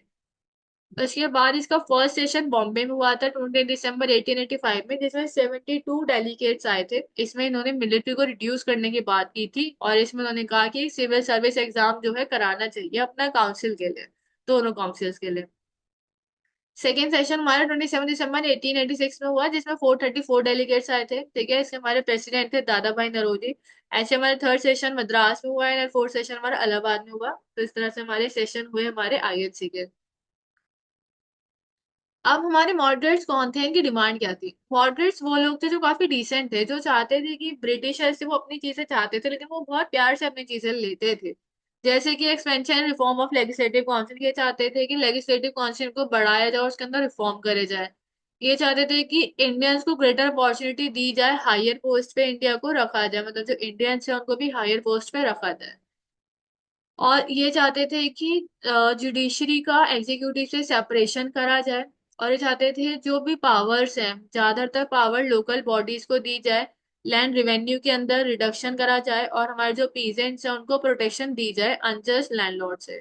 उसके साथ साथ ये चाहते थे कि जो सेल टैक्स है उसको भी एबॉलिशन करा जाए, उसका भी। उसके बाद freedom of speech and expression, ये चाहते थे कि लोगों को freedom of speech and expression दी जाए, ताकि वो अपनी एसोसिएशन को भी बना सके, अपने हिसाब से अपनी बातें भी रख सके। और इन्होंने कहा कि वो जो पार्लियामेंट है उसका इंट्रोडक्शन करा जाए, पार्लियामेंट का अदर पार्ट्स ऑफ इंडिया के डिफरेंट क्षेत्र में भी पार्लियामेंट को एस्टेब्लिशमेंट करा जाए। तो इनका मॉडरेट्स का आप ऐसा कह लो कि इनका पूरा फेथ था, ये बहुत ज्यादा भरोसा रखते थे ब्रिटिश पार्लियामेंट के अंदर, और इसकी जस्टिस में वो लोग काफी ज्यादा भरोसा रखते थे। और जो हमारे मॉडरेट्स थे वो पिटीशन रेसोल्यूशन वगैरह यूज करते थे अपनी डिमांड को ब्रिटिशर्स तक प्रेजेंट करने के। तो ये लोग काफी डिसेंट थे, ये चाहते थे कि आराम से सारे काम हो, अपना आराम से पिटीशन लगाते थे, मीटिंग्स करते थे ब्रिटिशर्स के साथ, मीटिंग्स में अपनी बात रखते थे ब्रिटिशर्स के आगे। ठीक है, तो ये इनकी मेन डिमांड्स थी। और ये चाहते थे कि इनको सेल्फ गवर्नमेंट मिले। बट इन लोगों को अभी तक ना मास मूवमेंट का नहीं पता था कि मास मूवमेंट कितना अच्छा हो सकता है, इनको अभी तक मास मूवमेंट की पावर नहीं पता थी। अब बात करते हैं एक्सट्रीमिस्ट फेस की। तो जो हमारे मॉडरेट्स थे शांत स्वभाव के, जो हर काम आराम से करते थे, उसके अपोजिट थे एक्सट्रीमिस्ट। वो लोग भरोसा रखते थे बाय हुक और बाय क्रुक, जो चीज उन्हें चाहिए वो चीज उन्हें मिले। तो 20वीं सेंचुरी के बिगिनिंग में एक्सट्रीमिस्ट आए थे। ये नेशनल लीडर्स थे जो इंडिया में आए, और इनकी जो आइडियोलॉजी थी वो बेसिक ये थी कि हमें ब्रिटिशर से कंप्लीट तरीके से स्वराज चाहिए। और इनका ये मैटर नहीं था कि वो ब्रिटिशर्स के आगे उसके ब्रिटिशर्स के सामने उसके लिए बैक करें। ये स्ट्राइक्स का यूज करते थे, बायकॉट करते थे अपनी बातें मनवाने के लिए। ठीक है, और ये जो एक्सट्रीमिस्ट थे ये इन्होंने लोअर सेक्शन जो थे सोसाइटी के वो सब इसके अंदर इंक्लूडेड थे। ये कॉन्स्टिट्यूशनल मेथड को यूज नहीं करते थे, डायरेक्ट प्रोटेस्ट करते थे, बायकॉट एंड स्ट्राइक्स वगैरह करते थे। ये बंद कर देते थे फॉरेन मेड गुड्स होते थे उन सब में आग लगा देते थे अपनी बातें मनवाने के लिए। ठीक है, और जो स्वदेशी मूवमेंट था उसने एक मोमेंटम लिया भारत के अंदर एक्सटर्मिस्ट सपोर्ट से। और इन्हीं के सपोर्ट से इंडियन बैंक का एस्टेब्लिशमेंट हुआ, मिल्स फैक्ट्रीज वगैरह एस्टेब्लिश हुई। तो जो हमारा डिफरेंस था एक्सट्रीमिस्ट और मॉडरेट्स का, वो हमारा 1907 में एक सूरत सेशन हुआ था, उस सेशन के अंदर इनका जो डिफरेंस था वो ऑफिशियली अनाउंस हुआ। ठीक है, सूरत सेशन में 1907। अब हमने पढ़ा आईएनसी कैसे आई, क्या रिक्वायरमेंट पड़ी, क्या कॉजेज थे आईएनसी के। फिर हमने पढ़ा कि मॉडरेट्स और एक्सट्रीमिस्ट के बारे में। अगर हम इनका काम करने का तरीका देखें तो मॉडरेट्स काफी डिसेंटली कॉन्स्टिट्यूशन के ऊपर काम करते थे। एक्सट्रीमिस्ट का काम करने का तरीका बहुत अलग था, बिल्कुल अपोजिट थे उनके। ठीक है ना, उनको वो कॉन्स्टिट्यूशन पे काम नहीं करते थे, वो अपनी तरीके से काम करते थे। और हमारे मॉडरेट्स को फेथ था ब्रिटिशर्स पर, बट हमारे एक्सट्रीमिस्ट को फेथ नहीं था। अब बात करते हैं नॉन कॉर्पोरेशन मूवमेंट की, जो कि 1920 में आया, 1 अगस्त 1920 में आया, गांधी जी ने इसे लॉन्च करा था। इसके अंदर सबको कहा गया था कि जितने भी इंडियंस हैं वो रिफ्यूज कर दें कि वो लोग ब्रिटिशर्स के साथ कॉपरेट नहीं करेंगे। ठीक है। और इसमें भी कहा गया कि जो लोग जॉब पर जा रहे हैं वो लोग जॉब पर ना जाएं, जो बच्चे स्कूल में जाते हैं ब्रिटिशर्स के वो लोग स्कूल में ना जाएं, उन सबको वहां से ड्रॉप कर दिया जाए। तो इसके अंदर पूरा ये कहा गया था कि कोई भी ब्रिटिशर्स के साथ कॉपरेट नहीं करेगा। ठीक है। ये वो सेम ही है स्लाइड। अब क्या रीजन रहे नॉन कॉपरेशन मूवमेंट के? तो इसका रीजन रहा रोवोल्ट एक्ट। रोवोल्ट एक्ट आया था हमारा 1919 में, जिसके अंदर इन्होंने क्या करा कि जो भी कोई इंसान गवर्नमेंट के अगेंस्ट में कुछ बोलता था ये उसको उठा के जेल में बंद कर देते थे, मतलब उसको सप्रेस कर देते थे, freedom of speech and expression बिल्कुल ही बंद कर दिया था। फिर जलियांवाला बाग इंसिडेंट हुआ, जिसने काफी ज्यादा लोगों को ऐसा रियलाइज कराया, क्योंकि उस टाइम पे जनरल डायर ने ऑर्डर कर दिया था फायरिंग का, जिससे लोगों को काफी ज्यादा हर्ट हुआ। तो जलियांवाला बाग इंसिडेंट इसमें कॉज बना। फर्स्ट वर्ल्ड वॉर में इंडिया का आर्मी का बहुत ज्यादा मिसयूज करा गया था, हर तरीके से। इवन इंडिया की मिलिट्री भी, इंडिया का इकोनॉमी के लिए भी हर तरह से इंडिया का यूज करा गया। होम रूल मूवमेंट आया, जिसमें था कि भाई सब लोग मिलकर काम करें, बट ये सक्सेसफुल नहीं हो पाया था। फिर हमारा 1930 का सिविल डिसोबीडियंस मूवमेंट आया। और हमारा सिविल डिसोबीडियंस मूवमेंट आया वो March 12, 1930 में आया। ये भी हमारा गांधी जी ने स्टार्ट करा था। इसमें हमने एक मार्च स्टार्ट करा था। ठीक है। और ये मार्च हमारा स्टार्ट हुआ था साबरमती आश्रम से स्टार्ट हुआ था, जिसके अंदर स्टार्टिंग में 78 मेंबर्स थे, लेकिन जैसे जैसे मार्च आगे बढ़ा इसके अंदर काफी सारे लोगों ने इस मूवमेंट को ज्वाइन करा था। इवन फर्स्ट टाइम फीमेल्स ने, वुमेन्स ने भी इसको ज्वाइन करा। अब क्या कॉजेज रहे, क्या जरूरत पड़ गई सिविल डिसोबीडियंस मूवमेंट करने की? स्टैब्लिशमेंट ऑफ साइमन कमीशन, मतलब कि ब्रिटिश गवर्नमेंट ने साइमन कमीशन को स्टैब्लिश करा, जिसमें उन्होंने कहा कोई भी इंडिया जो है नॉमिनेट नहीं होगा as a member of commission. वो सिर्फ वर्क करेंगे एडमिनिस्ट्रेटिव रिफॉर्म्स के लिए, बट कोई भी इंडियन जो है मेंबर नहीं बन सकता। इसलिए साइमन को बैग का भी नारा लगाया गया था। डोमिनियन स्टेटस की बात हुई थी दिसंबर 1928 में कोलकाता के सेशन में। आईएनसी ने कहा था कि आप हमें डोमिनियन स्टेटस दे दो, लेकिन ब्रिटिशर्स ने वो एक्सेप्ट करने में काफी ज्यादा टाइम लगा दिया। फिर है protest against the arrest of social revolutionaries. उस टाइम पे क्या हुआ, हमारे जो सोशल रेवोल्यूशनरीज थे, जैसे भगत सिंह हो गए, बटुकेश्वर दत्त हो गए, जितने भी हिंदू सोशलिस्ट रिपब्लिक थे, उन सबको इन्होंने अरेस्ट कर लिया। और उन्हें अरेस्ट करा गया कि उन्होंने हार्मलेस बॉम्ब जो है फेंके सेंट्रल लेजिस्लेटिव असेंबली में।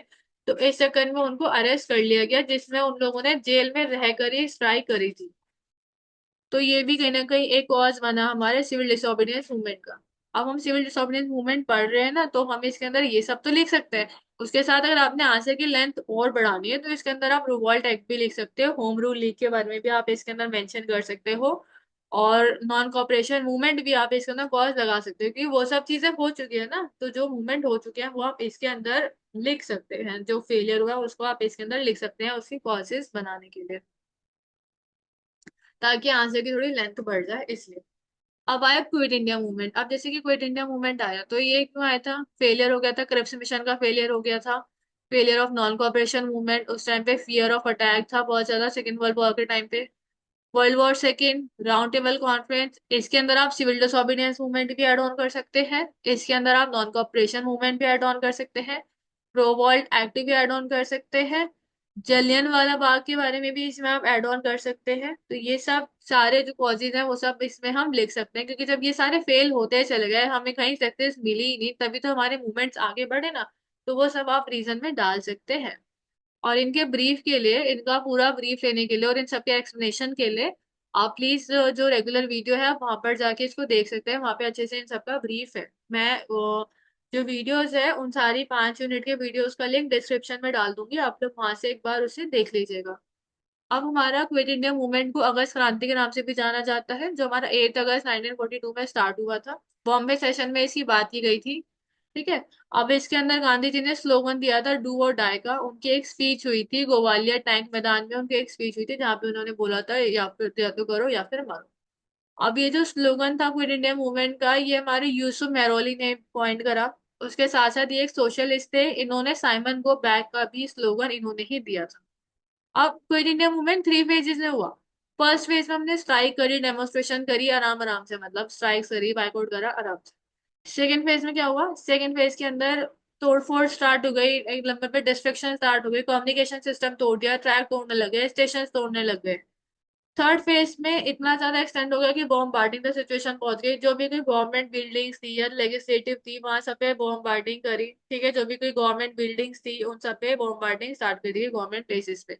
तो ये जो मूवमेंट था ये 3 फेजेस में हुआ था, हमारा क्विट इंडिया मूवमेंट 1942 में।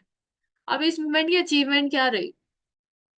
काफी ज्यादा सप्रेस करा गया इस मूवमेंट को, लेकिन फिर भी लोगों ने अपना स्ट्रगल कंटिन्यू करा और इंडिपेंडेंस ली। और ऐसा कहा गया जब सेकेंड वर्ल्ड वॉर खत्म होगा उसके बाद ही हम भारत को जो है इंडिपेंडेंस देंगे, उसके बाद हम उन्हें कंप्लीट इंडिपेंडेंस देंगे, ऐसा इसमें कहा गया। इस मूवमेंट से क्या हुआ भाई, मास नेशनल अवेकिंग काफी पूरी कंट्री में, मतलब भारत के सारे लोगों ने, सारे सेक्शन ने, चाहे वो फार्मर हो, वर्कर हो, स्टूडेंट हो, वुमेन्स हो, कोई भी हो, एक्स वाई जेड, सबने मिलकर इसमें काम करा था, सबने इस मूवमेंट के अगेंस्ट मिलकर आवाज उठाई थी। Unified Indian resort. अब इसमें क्या हुआ, काफी ज्यादा लीडर्स थे इसके अंदर।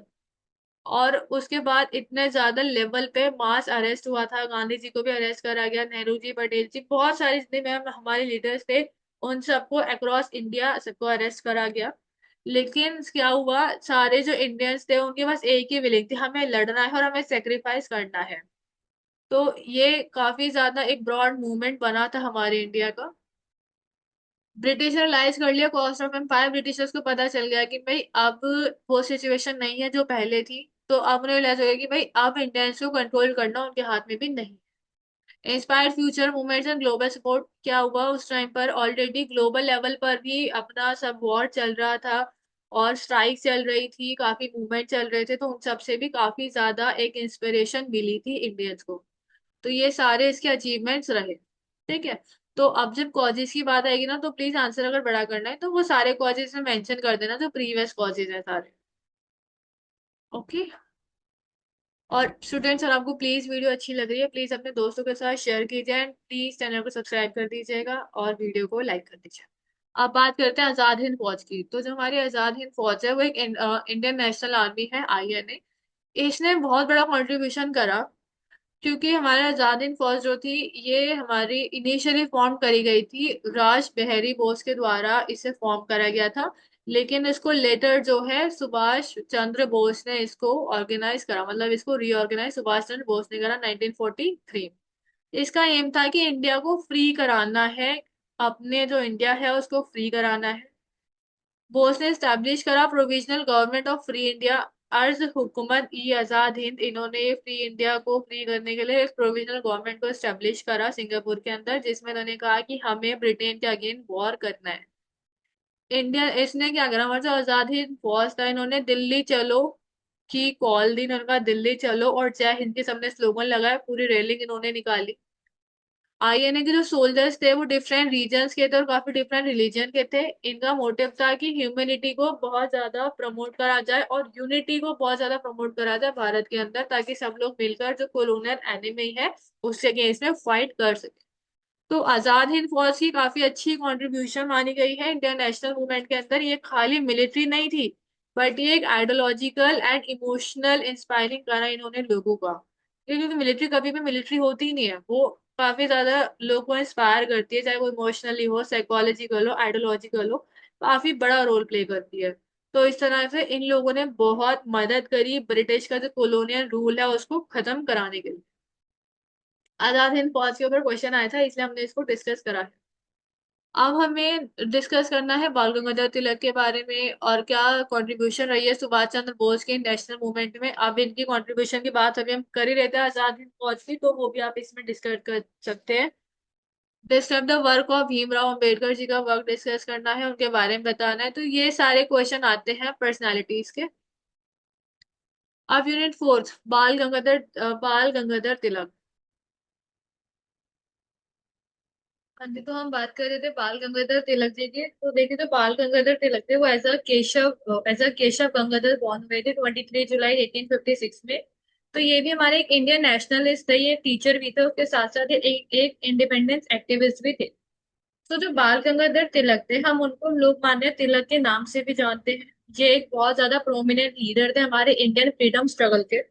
उसके साथ ये लाल बाल पाल के एक मेंबर थे। लाल बाल पाल हमारे 3 मेंबर्स थे, जिसके अंदर हमारा लाला लाजपत राय, बाल गंगाधर तिलक, बिपिन चंद्र पाल, ये तीनों लोग उसमें इंक्लूडेड थे। अब अगर हम बात करेंगे पॉलिटिकल करियर की, तो ये ऐसे फर्स्ट लीडर थे जिन्होंने डिमांड करा था कंप्लीट सेल्फ रूल, मतलब उन्होंने स्वराज की डिमांड करी थी। इन्होंने स्लोगन दिया था कि स्वराज मेरा बर्थ राइट है एंड आई शेल सर्व।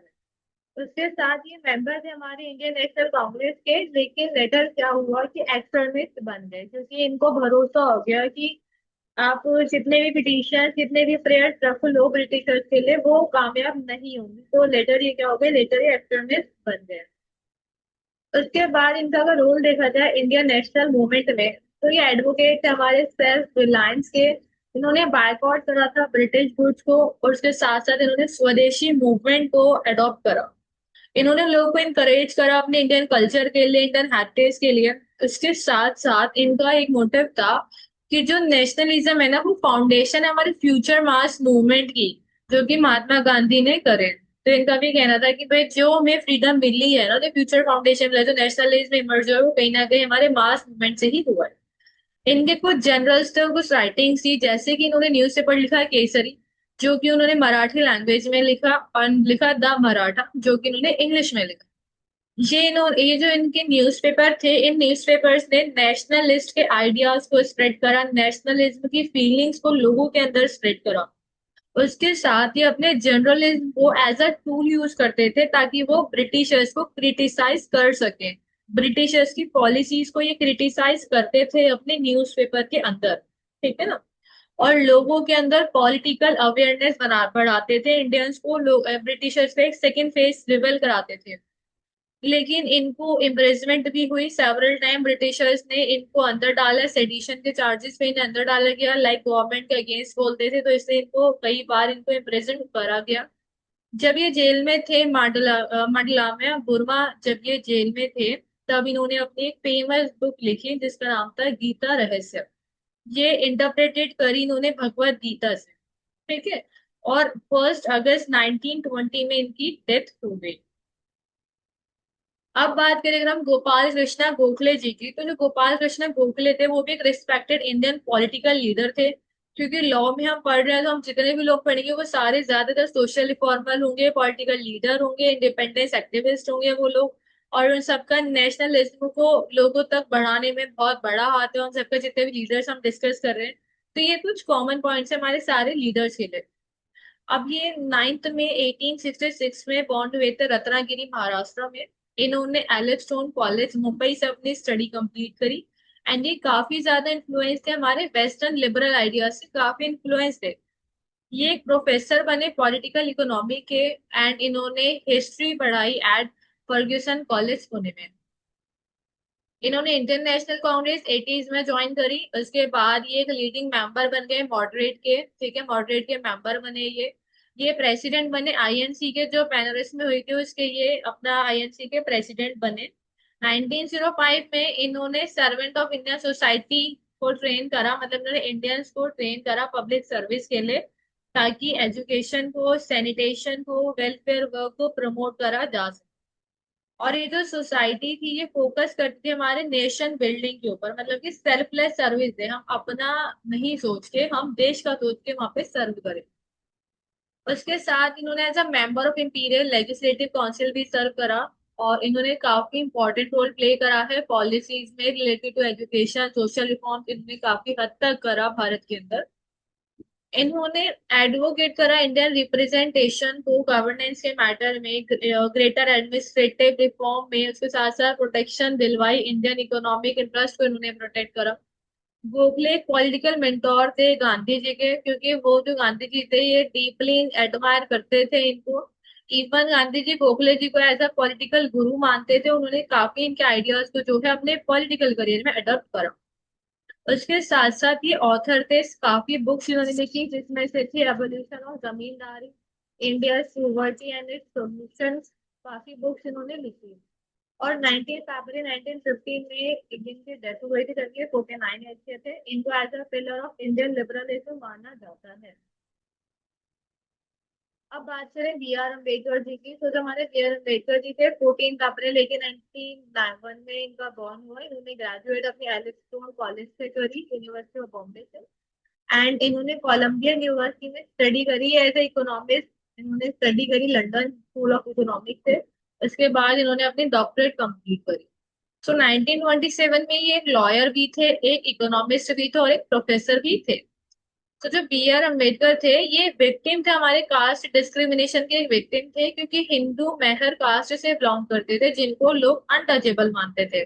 तो इन्होंने इंडिया के हर सोसाइटी के कॉर्नर पे इन्होंने डिस्क्रिमिनेशन फेस करा है।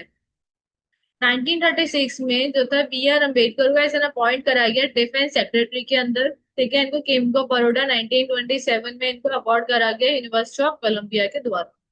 अब इनका पॉलिटिकल करियर देखा जाए तो उन्होंने लेबर पार्टी का एस्टेब्लिशमेंट करा 1837 में, जिसमें इन्होंने 15 सीट्स जीती अपना सेंट्रल लेजिस्लेटिव में। उसके बाद बी आर अम्बेडकर को as a chairman of drafting committee इनको अपॉइंट करा गया। इनको भारत रत्न मिला इनके हाईएस्ट सिविल एंड ऑनर के चक्कर में। ये ऐसे फर्स्ट इंडियन थे जिन्होंने डॉक्टरेट करी एंड उसके बाद इन्होंने जो मास्टर्स थी 64 सब्जेक्ट्स में, मतलब 64 डिफरेंट सब्जेक्ट्स में इन्होंने मास्टर्स करी। इनको डायबिटीज हो गई थी जिससे इनकी आईसाइट भी वीक हो गई थी, तो इस चक्कर में इनकी डेथ हो गई थी 6 दिसंबर 1956 में इनके घर के अंदर दिल्ली। इनके कुछ फेमस वर्क थे जैसे caste in India, genesis and development, Nayak, the problem of the rupee, Janata, the annihilation of caste, mister Gandhi and emancipation of untouchables. ये काफी सारी इनकी मेजर और फेमस वर्क थे। अब अगर बात करें सुभाष चंद्र बोस की, तो हमारे जो सुभाष चंद्र बोस थे इनको हम नेताजी के नाम से भी जानते हैं। ये एक प्रोमिनेंट एंड डायनेमिक लीडर माने गए हैं हमारे इंडियन फ्रीडम स्ट्रगल के अंदर। ये हमारे 23 जनवरी 1897 में बॉर्न हुए थे क्यूटक उड़ीसा में। इन्होंने अपनी स्टडी पूरी करी Scottish church college in Kolkata, वहां से इन्होंने अपनी स्टडी करी। इन्होंने Indian civil service exam clear करा इंग्लैंड में, और 1921 में इन्होंने अपनी जॉब से रिजाइन कर दिया इंग्लैंड में, क्योंकि ये बहुत इंस्पायर हुए थे महात्मा गांधी से। जब इन्होंने देखा यार हमारे देश में इतनी ज्यादा प्रॉब्लम चल रही है और ये उन्हें वहां सर्व कर रहे हैं, तो उन्होंने 1921 में जो है रिजाइन दे दिया था। और जो रिजाइन दिया था वो कहीं ना कहीं डिस्टर्ब हो गए थे, तो जलियन वाला बाग जो मैसेकर हुआ था ये उससे बहुत ज्यादा डिस्टर्ब हो गए थे, एंड इन्होंने वहां पे अपने रिजाइन देके इंडिया में वापस आ। उसके बाद जो है इन्होंने क्या करा, 1923 में बोस को इलेक्ट करा गया as a president of all youth Congress का, एंड वो सेक्रेटरी बने बंगाल स्टेट काउंसिल के। ठीक है, अब क्या हुआ, उसके बाद इन्होंने अपना काम स्टार्ट करा। इन्होंने अपना इंडिया के अंदर मूवमेंट्स के अंदर इन्होंने अपना जो है ना एक इन्वॉल्वमेंट इन्होंने स्टार्ट करी। उसके बाद जब इन जुलाई 1943 वो सिंगापुर गए, एंड उन्होंने वहां पर एक इंडिपेंडेंस मूवमेंट के लिए उन्होंने आजाद हिंद फौज को ऑर्गेनाइज करा, जिसको इंडियन नेशनल आर्मी के नाम से भी जाना जाता है। वो फर्स्ट टाइम था जब उन्होंने नेताजी उनको कहा गया, उस टाइम इन्हें फर्स्ट टाइम नेताजी कहा गया था। इन्होंने आजाद हिंद फौज को रीऑर्गेनाइज करा था। इनका फेमस स्लोगन था, तुम मुझे खून दो मैं तुम्हें आजादी दूंगा। इनके कुछ फेमस वर्ड थे, an Indian pilgrim, dreams of youth, letters to Emilie सेकल्स, आजाद हिंद। ये इनके काफी फेमस वर्क रहे। अब बात करें जवाहरलाल नेहरू की, तो इनको एज अ पंडित नेहरू भी कहा जाता है। ये एक सेंट्रल फिगर रह चुके हैं हमारे इंडियन फ्रीडम स्ट्रगल के, और ये हमारे फर्स्ट प्राइम मिनिस्टर बने थे इंडिपेंडेंट इंडिया के। ठीक है? अब ये हमारे फर्स्ट प्राइम मिनिस्टर थे इंडिपेंडेंट इंडिया के, उसके साथ साथ ही इंडिया के नेशनल मूवमेंट के लीडर भी रहे। इनके जो फादर थे वो थे मोतीलाल नेहरू, जो कि एक बैरिस्टर थे, जो एक कश्मीरी पंडित थे। और इन्होंने अपनी लॉ कंप्लीट करी थी लंदन से, एंड 2 साल ये वहीं रहे। उसके बाद ये इंडिया आए, इन्होंने अपने आप को एनरोल कराया as an advocate of Allahabad high court. जो इनका फर्स्ट वीक नेशनल इन्वॉल्वमेंट हुआ था वो इनका 1920 से नॉन कोऑपरेशन मूवमेंट हुआ था, उस मूवमेंट में इन्होंने इन्वॉल्वमेंट ली थी। उसके बाद जो पंडित नेहरू थे उनको अरेस्ट करा गया एंटी गवर्नमेंट एक्टिविटी से करते हुए। उनको 1921 में अरेस्ट करा गया और उनको काफी महीनों बाद रिलीज करा गया। उसके बाद एक चोरी चोरा इंसिडेंट में उनको दोबारा डिटेन करा गया। ठीक है, उसके बाद नेहरू ने 3 कलर होस्ट करे थे हमारे फ्लैग के, इंडिया के। 1916 में इन्होंने शादी करी कमला कौल से। और इसके बाद जो कमला कौल थी वो भी कश्मीरी फैमिली की थी, एंड ये लोग सेटल हो गए दिल्ली में। और इनके एक चाइल्ड बॉर्न हुई जो थी Indira, Indira Priyadarshini was born in 1970। इसके बाद 1923 में ये जनरल सेक्रेटरी बने ऑल इंडिया कांग्रेस कमेटी के। और during Simon commission was Simon commission के टाइम पर इनके ऊपर लाठीचार्ज हुआ था लखनऊ के अंदर, क्योंकि ये इसको प्रोटेस्ट करे थे, उसके अगेंस्ट। 1928 में ही founded independence for India league and become it general secretary. उन्होंने इंडिपेंडेंस ऑफ इंडिया लीग बनाई, जिसके जनरल सेक्रेटरी बने। उसके बाद इनको दोबारा अरेस्ट करा गया। सत्याग्रह के टाइम पे इन्हें दोबारा अरेस्ट करा गया, इन्होंने दोबारा प्रोटेस्ट करा। उसके बाद ये फर्स्ट पीएम बने हमारे इंडिपेंडेंट इंडिया के। इन्होंने अपनी एक आइकॉनिक स्पीच दी थी, ट्राई से विद डेस्टिनी। इन्होंने एक स्पीच दी थी रैम्पार्ट ऑफ लाल किला में, उन्होंने ये स्पीच दी। नेहरू की 27 में 1964 में डेथ हो गई, हार्ट अटैक से इनकी डेथ हुई थी। और जब इनकी जो बॉडी थी, जब वो पब्लिक व्यू के लिए रखी गई थी, तो काफी ज्यादा लोगों ने रघुपति राघव राजा नाम करके चैंटेड करा था उनके बॉडी के पास, जहाँ उनकी बॉडी रखी गई थी। ठीक है। अब बात करें गांधी जी की, तो जो हमारे मोहनदास करमचंद गांधी थे, ये हमारे 2 अक्टूबर 1869 में बॉर्न हुए थे। ठीक है।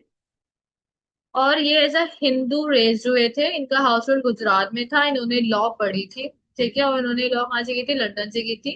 1893 में ये साउथ अफ्रीका गए थे टू रिप्रेजेंट इंडियन बिजनेस को रिप्रेजेंट करने के लिए। इन्होंने 21 ईयर्स अपने साउथ अफ्रीका में स्पेंड करे। इनके जो फादर थे वो थे करमचंद गांधी, एंड इनकी मदर थी Putlibai Gandhi. And he was married with Kasturba Gandhi से इन्होंने शादी करी। 1950 एजेड 45 ये वापस आए इंडिया में। एंड सून इन्होंने ऑर्गेनाइज, मतलब पीसेंट्स के लिए, फार्मर्स के लिए, अर्बन लेबर्स के लिए प्रोटेस्ट करना स्टार्ट कर दिया, लैंड टैक्स के लिए प्रोटेस्ट करना स्टार्ट करा। ये ग्रेट फ्रीडम फाइटर बने, जिन्होंने पूरे इंडिया, मतलब उन्होंने अपनी पूरी लाइफ जो है स्ट्रगल में बिताई। इन्होंने काफी सारे मूवमेंट्स लॉन्च करे, जैसे कि नॉन वायलेंस मूवमेंट हो गया, एंड काफी other movement, with India movement हो गया, डिसोबीडियंस मूवमेंट हो गया, काफी सारे मूवमेंट्स उन्होंने लॉन्च करे। और assuming leadership of Indian national Congress 1921 में इनको लीडरशिप मिली, तो इन्होंने क्या करा? नेशनल वाइड कैंपेन स्टार्ट करी पॉवर्टी को खत्म करने के लिए, वुमेन्स को राइट दिलाने के लिए, रिलीजन एंड एथनिक एमिटी को बढ़ाने के लिए, अनटचेबिलिटी को अबॉलिश करने के लिए इन्होंने काफी सारी कैंपेनिंग स्टार्ट करी। नथुराम गॉडसे ने महात्मा गांधी को शूट करा था 3 times at the point of stomach, chest पे उन्होंने 3 टाइम्स उन्होंने शूट करा था। और गांधी जी के लास्ट वर्ड कहा जाता है, उनके लास्ट वर्ड राम राम थे, एंड उनको शूट करा गया था 30 जनवरी 1948 में। इनके कुछ फेमस वर्ड थे: हिंदी, हिंद स्वराज पब्लिश, जो गुजराती में हुई थी 1909 में। एडिटेड न्यूज़पेपर हरिजन करा था इन्होंने, गुजराती, हिंदी, इंग्लिश में। उसके बाद the story of my experiments with truth, ये इनके कुछ फेमस वर्क है। अब बात करते हैं सुरेंद्र नाथ बनर्जी। तो जो सुरेंद्र नाथ बनर्जी थे, इनको भी as an earliest and most prominent leader माना गया है इंडियन नेशनल मूवमेंट का। इनको as a father of Indian nationalism कहा जाता है। और इसके साथ साथ इनकी जो अर्ली लाइफ की बात करें, तो ये हमारे 10 नवंबर में बॉर्न हुए थे 1848 में कलकत्ता में। Educated the university of Kolkata and later England चले गए थे, ये भी वहीं से उन्होंने एजुकेशन पूरी की। One of the first Indian civil servants having cleared Indian civil exams in 1869, ये पहले इंडियन सिविलियन थे जिन्होंने इंडियन सिविल सर्विस एग्जाम को 1869 के टाइम पर क्लियर करा था। उसके बाद क्या हुआ? ये अनफेयरली वहां से डिसमिस कर दिए गए थे आईसीएस से, एंड उनको रिटर्न भारत में वापस आए, जहाँ पे उन्होंने अपनी एजुकेशन एंड पॉलिटिक्स स्टार्ट करी। पॉलिटिक अवेयरनेस की लीडरशिप इनकी देखी जाए, तो ये फाउंडर थे हमारे इंडियन नेशनल एसोसिएशन के 1876 में। लेटर इन्होंने मर्ज कर दिया अपनी इंडियन नेशनल कांग्रेस के साथ। इन्होंने कॉन्स्टिट्यूशनल रिफॉर्म करे, सिविल राइट्स के ऊपर इन्होंने काफी ज्यादा काम करा, अपनी गवर्नेंस में अपनी पार्टिसिपेशन करी। तो ये भी एक अच्छी पर्सनैलिटी बने थे। उसके साथ साथ अगर इनके काम देखे जाए, तो इन्होंने इंग्लिश लैंग्वेज न्यूज़पेपर को छापा, जो था द बंगाली करके, इन्होंने अपने न्यूज़पेपर को पब्लिश करा, जो कि एक काफी बड़ा मजबूत प्लेटफॉर्म बना अपने व्यूज को एक्सप्रेस करने का। अब अगर इनके रोल की बात की जाए, तो उन्होंने एक की रोल प्ले करा था अर्ली ईयर्स में इंडियन नेशनल कांग्रेस के अंदर। ये इन्होंने आईएनसी का जो पुणे में 1895 में एक सेशन हुआ था, उसको प्रिसाइड करा। उसके साथ ही सपोर्ट करते थे मॉडरेट लीडर्स को, लाइक दादा भाई नौरोजी, गोपाल कृष्ण गोखले। ये मतलब कि मॉडरेट ही थे, उन्हें ही सपोर्ट करते थे। ये भी पार्टीशन ऑफ बंगाल जिस टाइम पे हुआ था 1905 में, ये भी उसके अगेंस्ट थे। उसके साथ इनकी लेटर लाइफ की बात करी जाए, तो काफी ज्यादा कोऑपरेटिव थे ब्रिटिश के साथ, एंड एक्सेप्ट किंगहुड, इन्होंने किंगहुड को भी एक्सेप्ट करा था। उसके बाद ये एज एन मिनिस्टर अपॉइंट करेगा बंगाल गवर्नमेंट के अंदर में। उसके बाद इन्होंने एक बुक लिखी a nation in making, an important work, जिनके अंदर हिस्ट्री एंड चैलेंजेस को उन्होंने रिफ्लेक्ट करा इंडियन नेशनलिज्म के। एंड 1925 में इनकी डेथ हो गई। ठीक है।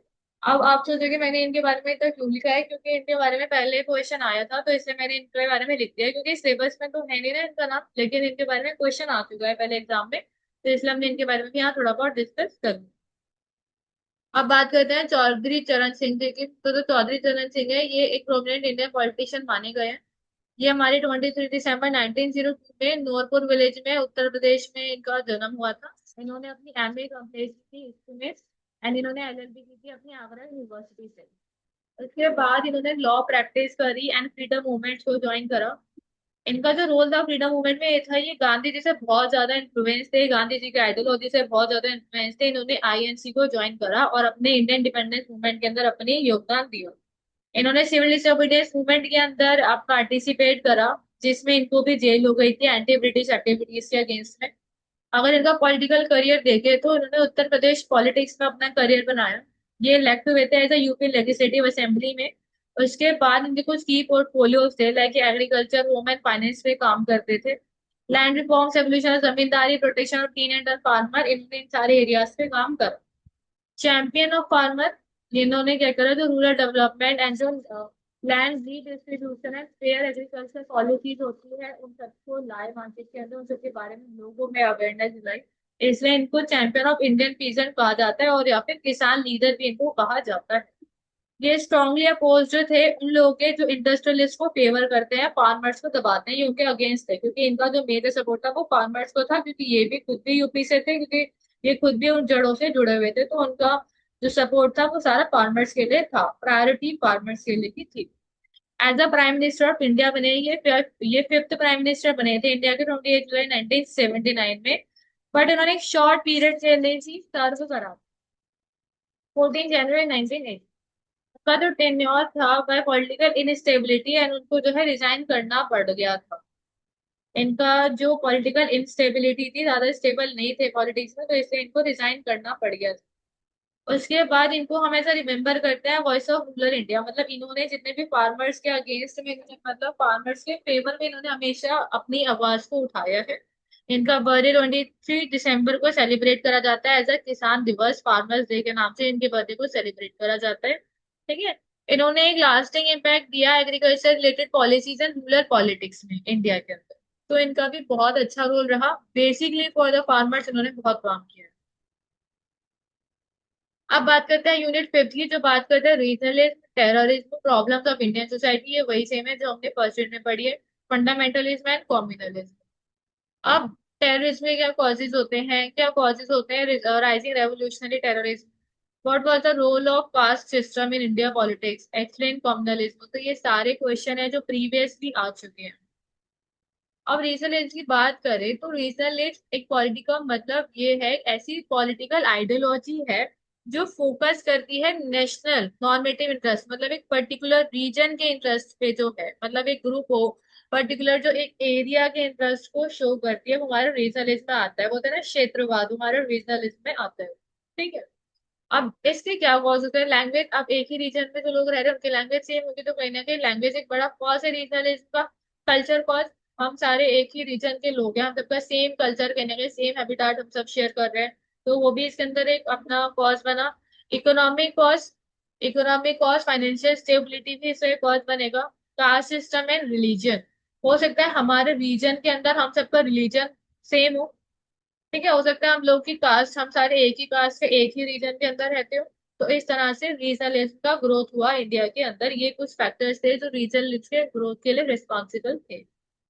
अब बात करें टेररिज्म की, तो टेररिज्म में क्या है, टेररिज्म मतलब फियर, उस फियर का यूज करना है, ऐसे वायलेंट एक्ट करना जिससे सोसाइटी को और गवर्नमेंट को जिसका डर हो, मतलब ऐसे एक्ट करना तो सोसाइटी गवर्नमेंट के अगेंस्ट। और जो लोग ऐसे टेररिज्म एक्ट करते हैं उनको हम लोग बेसिकली टेररिस्ट ही कहते हैं।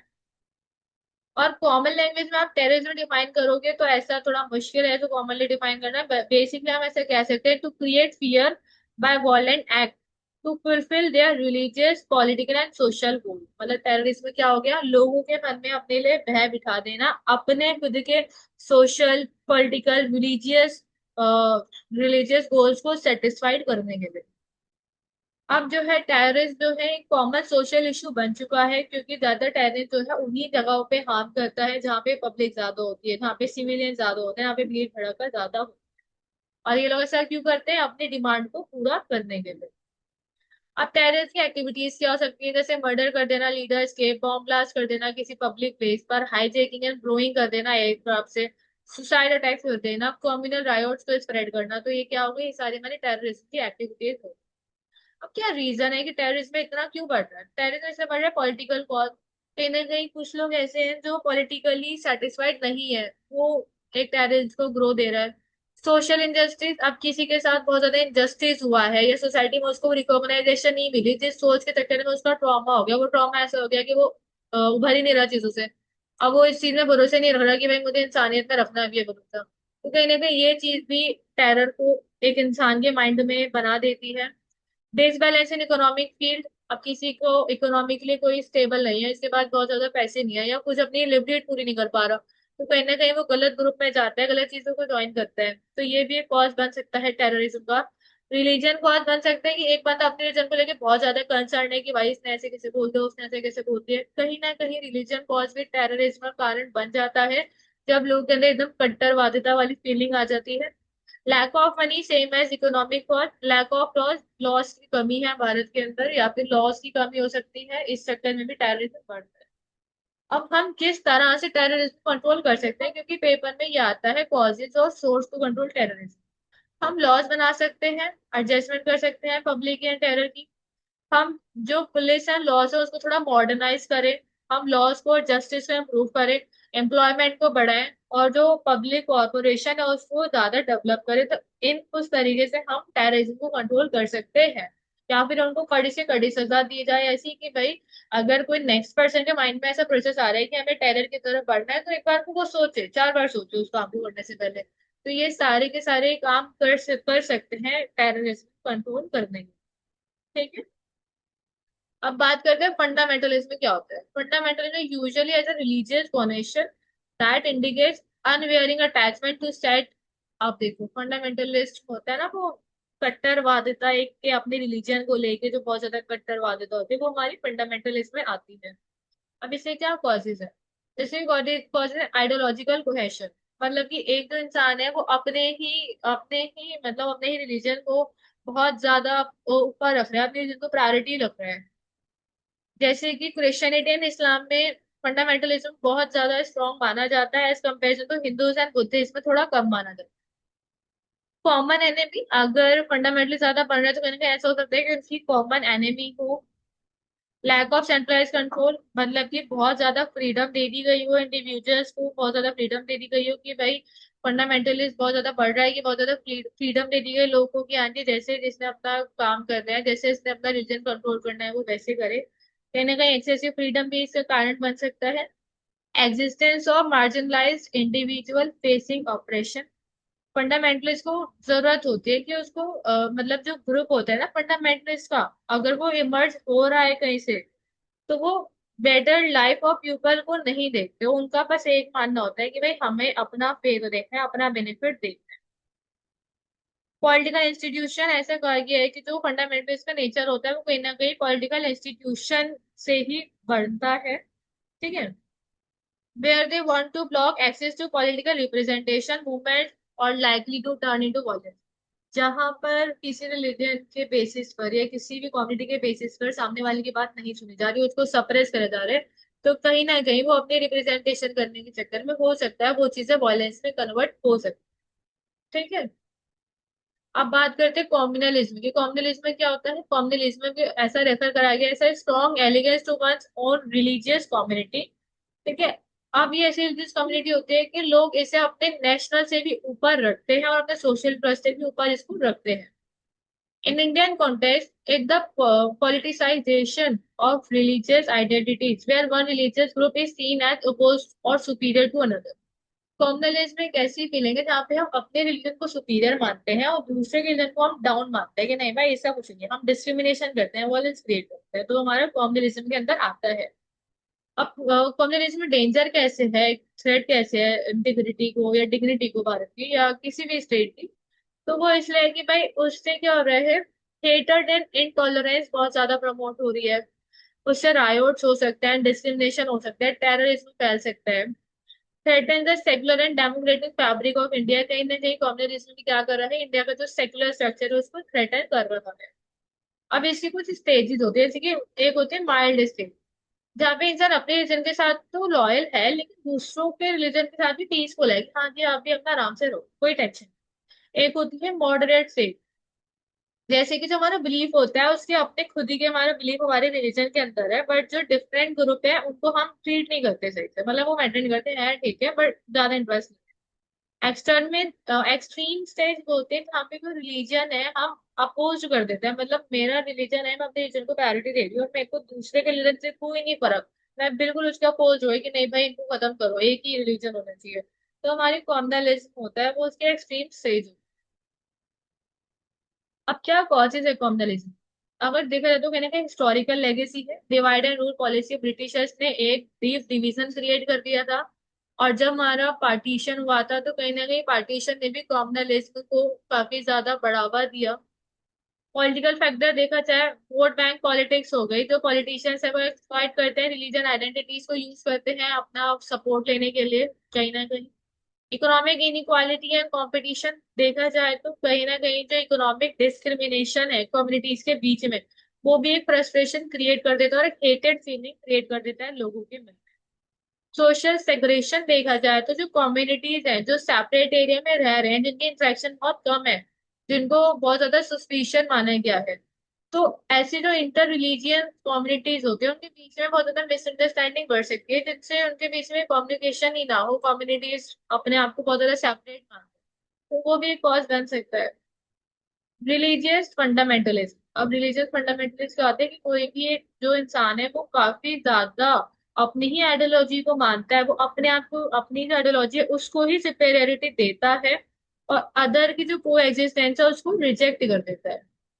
रोल ऑफ मीडिया, कहीं ना कहीं रोल ऑफ मीडिया भी है, जो जैसे येलो जर्नलिज्म है बहुत ज्यादा, वो क्या करता है वो कॉमन इंसिडेंट को तो हाईलाइट कर रहे हैं, पीछे का तो नहीं हाईलाइट कर रहे हैं, बट कॉमन इंसिडेंट को ऐसे हाईलाइट कर देते हैं जिससे लोगों के बीच में टेंशन और ज्यादा बढ़ जाती है, चाहे एक्चुअल में वो मैटर ना हो, पर उसको हाईलाइट इस तरह से करते जाते हैं कि सबको लगता है नहीं भाई यही मैटर है। तो कहीं ना कहीं वो सारी चीजें भी कॉम्युनलिज्म को बहुत ज्यादा बढ़ावा देती है। ठीक है, तो बेसिकली ये था हमारा हिस्ट्री का। वैसे एजुकेशनल एंड कल्चर फैक्टर। अब बात करा जाए कि lack of secular and value based education, हमारे यहाँ जो है वैल्यू बेस्ड एजुकेशनल कम है। ठीक है, लोगों को मिस रिप्रेजेंटेशन है, हिस्ट्री के काफी टेक्स्ट बुक है जिसमें कुछ बातें मिस रिप्रेजेंटेड है, तो कहीं ना कहीं एजुकेशनल फैक्टर है जो इफेक्ट करता है कॉम्युनलिज्म के अंदर। तो कॉम्युनलिज्म को एक सीरियस थ्रेट माना गया है इंडिया की यूनिटी के, डेमोक्रेसी सेकुलरिज्म के ऊपर। क्योंकि अगर सब लोग के अंदर ऐसी कॉम्युनलिज्म वाली फीलिंग आ जाए, कोई अपने धर्म के अलावा दूसरों के धर्म को कुछ समझेगा ही नहीं, उसको बिल्कुल अपोज हो जाएगा उसके, तो ये सब चीजें कहीं ना कहीं बहुत ज्यादा प्रॉब्लम क्रिएट कर सकती है इंडिया के इंटीग्रिटी और डिग्निटी के ऊपर भी। तो इसलिए हमें कोशिश करनी चाहिए कि प्रमोट करा जा सके सेकुलरिज्म को एंड इंक्लूसिव पॉलिटिक्स को थोड़ा ध्यान दिया जा सके, सिटीजन को पूरा एजुकेट करा जाए, हार्मनी के तरह उन्हें चीजें सिखाई जाए या फिर इस तरह से चीजों को बैलेंस करा जाए, क्योंकि कहीं ना कहीं पॉलिटिक्स भी कम्युनल बेसिस पर ही रन करती है। अब enforcing law strictly against hate speech and वाले जो भी लोग ऐसे हेट स्पीच दे रहे हैं एक दूसरे के रिलीजन के अगेंस्ट, कास्ट के अगेंस्ट, कहीं ना कहीं उन सबके अगेंस्ट क्या करा जाए, स्ट्रिक्ट एक्शन लिया जाए। तो ये कुछ ऐसे फैक्टर्स हैं जिनसे हम इसे बचा सकते हैं। तो students thank you so much for watching this video, subscribe कर देना, शेयर कर देना और प्लीज लाइक भी कर देना, और बाकी परसों आप लोग का पेपर है, बेस्ट ऑफ लक। अगर किसी को लगता है कोई टॉपिक रह गया जिसे हमें कवर करना चाहिए था या इसमें कुछ भी डाउट हो किसी को, प्लीज आप लोग अपने डाउट कमेंट बॉक्स में ड्रॉप कर दीजिएगा, और वीडियो अच्छी लगी तो प्लीज अपने दोस्तों के साथ भी इसको शेयर करिएगा। Thank you so much students.